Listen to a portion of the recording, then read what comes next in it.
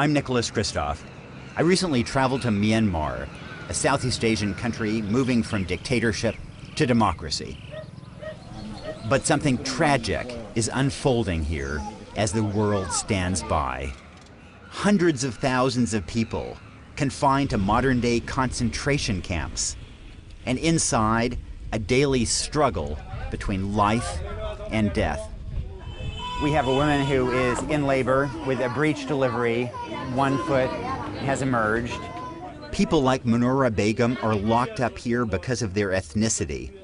They live behind fences and police checkpoints. They can't leave, and doctors aren't allowed in, even to save their lives.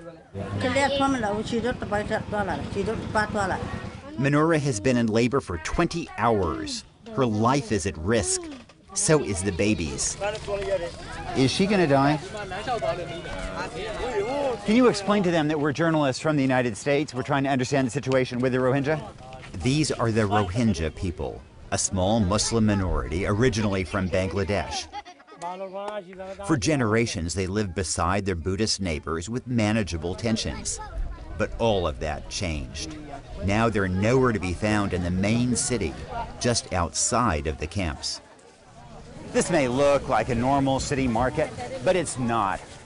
Here there used to be Muslim traders and businesses. Today there are none. This city has been ethnically cleansed.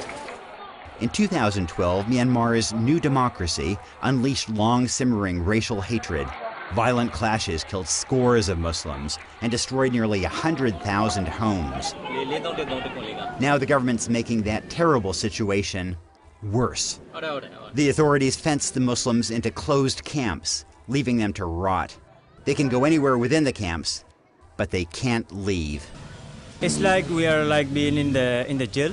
We are like in the bats in the cage, like in the ghetto. As a result, they're deprived of jobs and schools. But the most urgent issue is medical care. 105? This child has a fever of 105 degrees. Without doctors, this baby's life now hinges on a wet washcloth. A Buddhist mob broke this man's arm. He couldn't get medical care, so he's now maimed for life. In March, the situation deteriorated even further. Buddhists attacked the offices of humanitarian groups, and the government expelled the aid group Doctors Without Borders. That deprived 1 million Muslims of their only real source of medical care. In my week in the camps, I found only one small team of international aid workers, and they were operating undercover. Is it fair to think of this as a concentration camp? I would say that it is. These people are completely shut off from the outside world, and the only health care or aid of any kind is what is brought in to them. Most of the time there is little to none.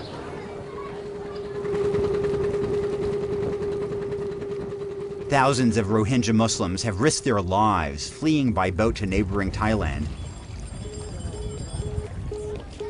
Many of the relatives they left behind are now planning their own escapes through the camp's only remaining link to the outside world.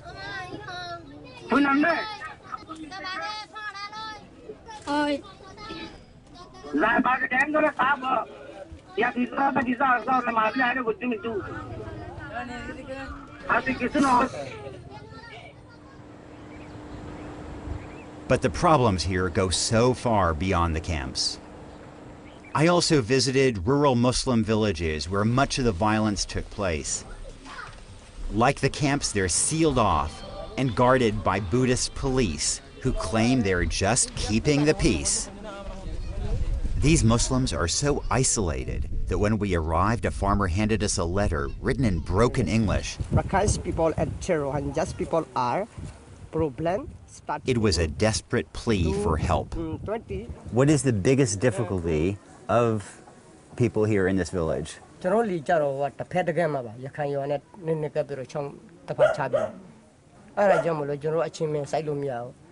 are you afraid? Is it possible that after we leave that you will be punished for talking to us? During our conversation, the police hovered just outside. So why is the government doing this? Don't worry. I went to see a senior state official to ask about the Rohingya. I was shocked by his response.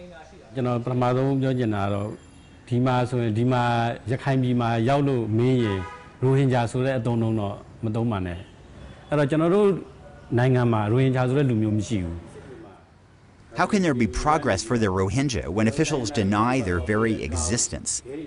In the camp the other day, we saw a young woman who desperately needed a C-section.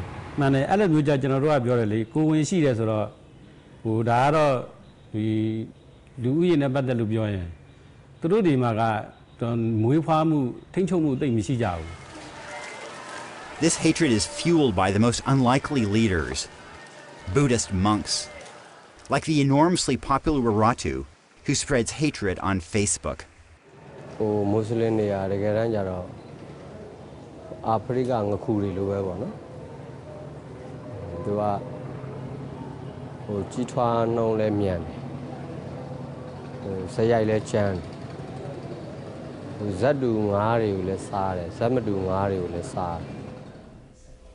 Pop into even a remote monastery, and you can find echoes of Wiratu.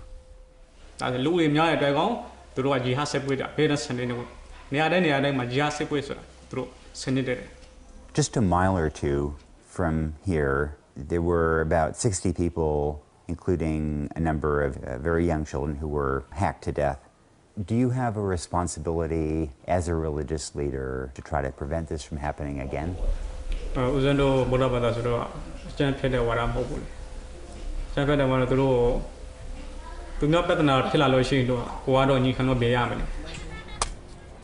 I wanted to understand the Buddhist perspective.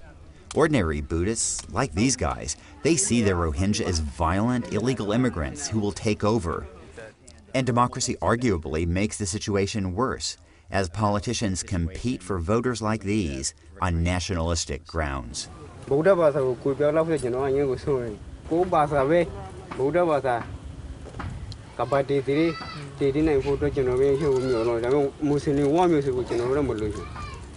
Frankly, that's a ridiculous fear. Myanmar is 90% Buddhist.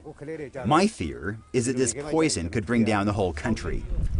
If you saw a Muslim boy your age, what would you do? How would you react?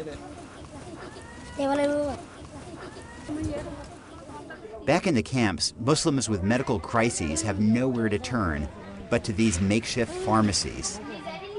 That's where I found Manura, the pregnant woman who was struggling to deliver her baby. I couldn't stand by and watch her die. Our van took her from the pharmacy to one of the few government clinics in the camps. But of course, nobody was there. We called for a nurse, but when she finally showed up, she said she wasn't up to the task. Is she gonna die? She will die. It seems to me that what is killing her is not just the breech birth, but it is also the government policy of not allowing more doctors here.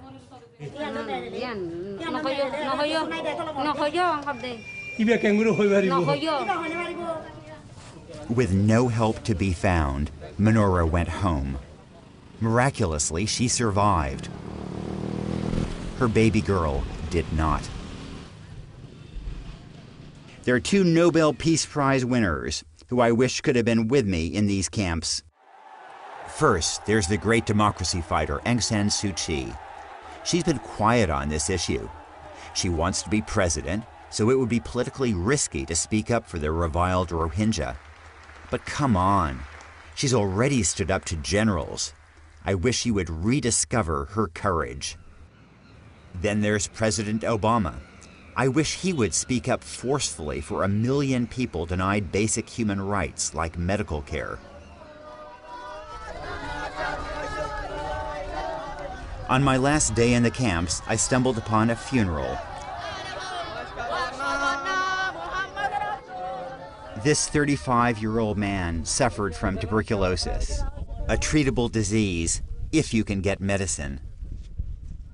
But when the government banned aid groups, he was left to die, leaving behind a wife and 5 children.